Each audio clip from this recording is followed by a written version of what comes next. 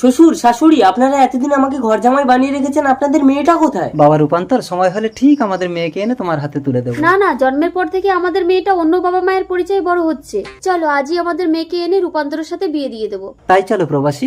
চলো। চলুন। বাবা সৈকত, আমার একমাত্র মেয়ে বর্ণনাকে বিয়ে করে তুমি এবাড়ির ঘর জামাই হয়ে থাকবে। বাবু, আপনার লাগে কজন লোক আইসে দেখা করতে? বর্ণনা দেখ তো মা কে এসছে। ঠিক আছে। কে আপনারা? আমরা তোমার বাবা মা। বাবা দেখো তো কারা এসছে। আরে মোহনবাবু, আপনি আজ 20 বছর পর। আসুন আসুন আসুন, নমস্কার। বসুন বসুন।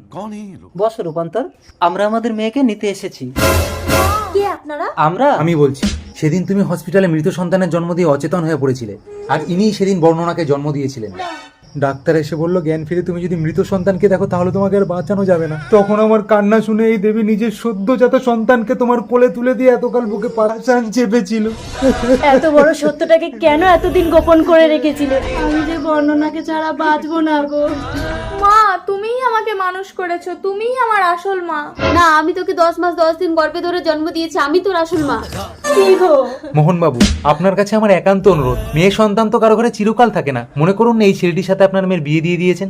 চন্দন বাবু, সেদিন আপনার স্ত্রীকে বাঁচানোর জন্য আপনার অনুরোধ আমি রেখেছিলাম, কিন্তু আজ আমাদের পছন্দের ছেলে রূপান্তরের সাথেই আমাদের মেয়ের বিয়ে দেবো। না, আমি সৈকতকে বিয়ে করব। বর্ণনা, এনারাই তোমার আসল বাবা মা। আজ এই পবিত্র রাখি বন্ধনের দিনে তুমি আমার হাতে রাখি বেঁধে দাও। আমি তোমার দাদা হয়ে সারা জীবন তোমার পালিত বাবা মাকে দেখবো, আর তুমি সারা জীবনের জন্য তোমার আসল বাবা মায়ের কাছে ফিরে যাও।